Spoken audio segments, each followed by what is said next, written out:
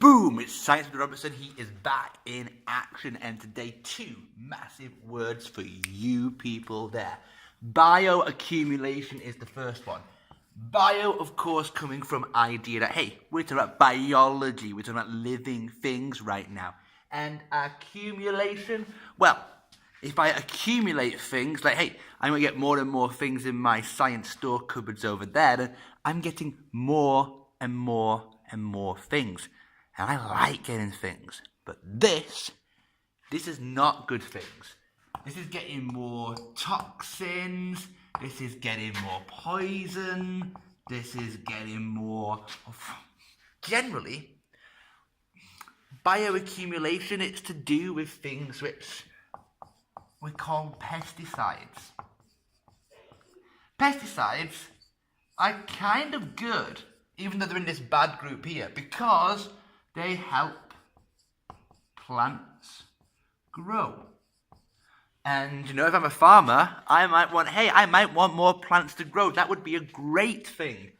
But the downside, the bad thing, is that they do that by killing and poisoning other living things. So there's a downside as well to it here. So you've got to really balance it. And there are some farmers that use pesticides. And they use them to keep their crops safe. Good for them. But the pesticides themselves might not be dangerous straight away, but can over time get dangerous. And no, if we don't need to use them, we shouldn't use them. Should be that simple. But what happens basically, I've got some plants somewhere, and you know what? Here's some plants. Boop. Nice little flower. But then I put these pesticides on, these little chemicals here. And maybe I've got little things, I don't know, tiny things. And they're eating bits. And they eat some of the pesticide. So in their bodies, here's their body, a bit closer up, whatever this blob is. There's a bit of pesticide. Not so much, but there is some. It's not good for them, but they live. They're okay. And then something else. I don't know, I'm going to call him Mr. Spider. Mr. Four-Leg Spider. Happy Mr. Spider. Make a food chain. This spider eats it. But doesn't just eat one. Probably eats quite a lot. Let's say for today it's 3. So then all of these go into this spider here. And here's the problem. These toxins accumulate. They get more and more. They get more concentrated, more focused into the animal above. Why is that? Well, remember, 90% of what we eat is not stored. It's used, well, it's used. It comes out as poo. And it's used as heat. And it's used as moving. Almost forgot.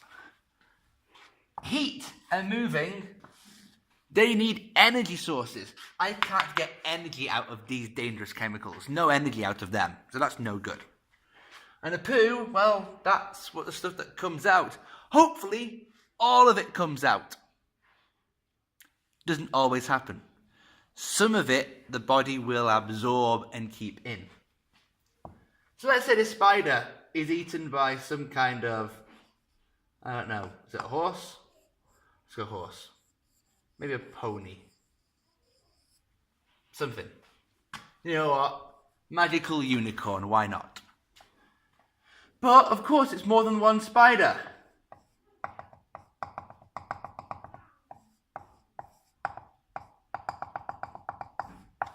Probably about 10 at least them, if not more. So it eats it. And you get this effect. Lots and lots and lots of the pesticide comes in. A higher concentration, more focused than in these here. This is the animal that would die. And it's too late to fix the problem because all of these here are living. This is bioaccumulation in action. The idea that the top living things can die because of what we do to the things at the very bottom, to the plants. This is a problem, in fact, in the Baltic Sea, in Östersjön. You've probably seen things advising young people and people who are pregnant not to eat too much fish from the Baltic Sea, Östersjön, especially strömming. They can take up chemicals which are called dioxins or are called PCB. And they do a similar thing in the body. They're usually quite heavy materials and they change the chemistry in your cells. We don't need to know how. But we do need to know that these chemicals here, the more of them you have, the more a problem it is. And the strömming have been eating littler things, I've eaten littler things, and they have a really high amount. So we must be careful, and we shouldn't have them more than 2 or 3 times in a year. Pregnant people should completely avoid, because doing any damage to cell chemistry to an unborn child where the cells are splitting and developing, they could be changed permanently. So that's important to think about. The next word, let's rock and roll with this video, is going to be a word called Eutrophication.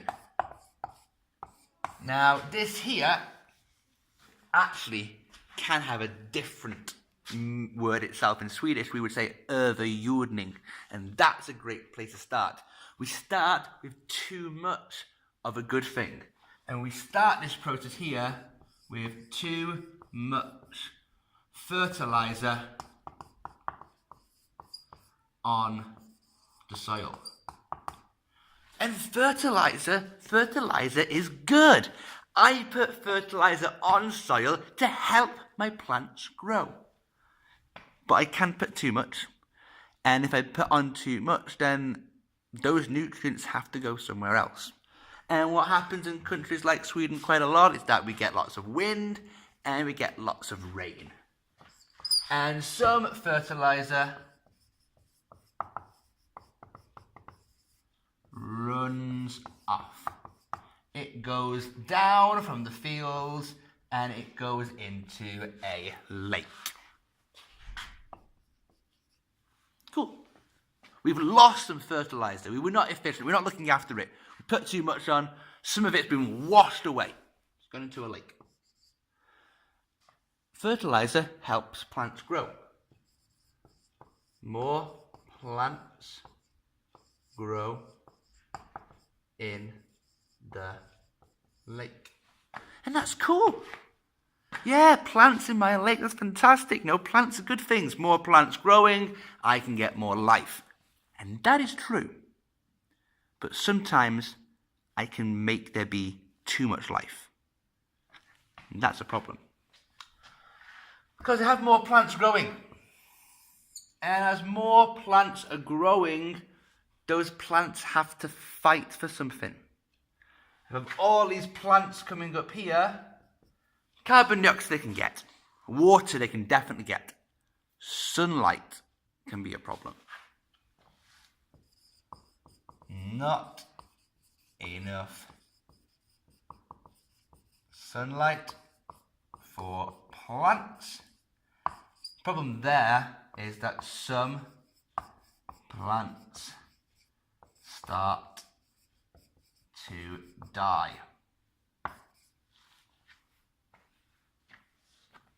Not enough light, so they start to die.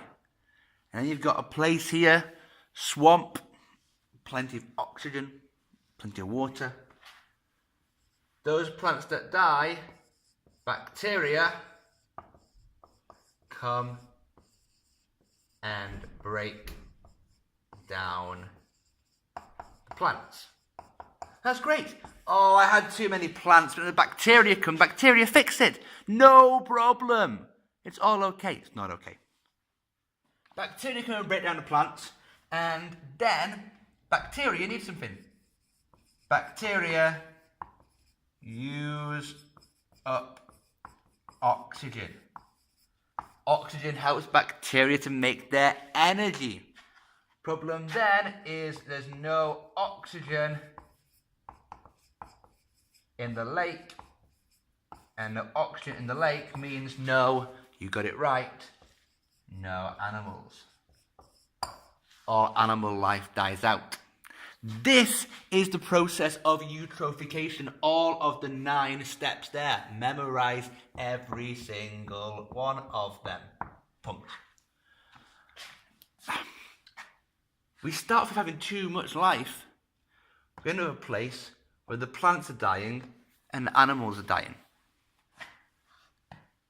The balance of nature is there and is a limiting factor. We don't have an infinite amount of space and of life on planet Earth. It's why we should look after what life we do have. Thank you.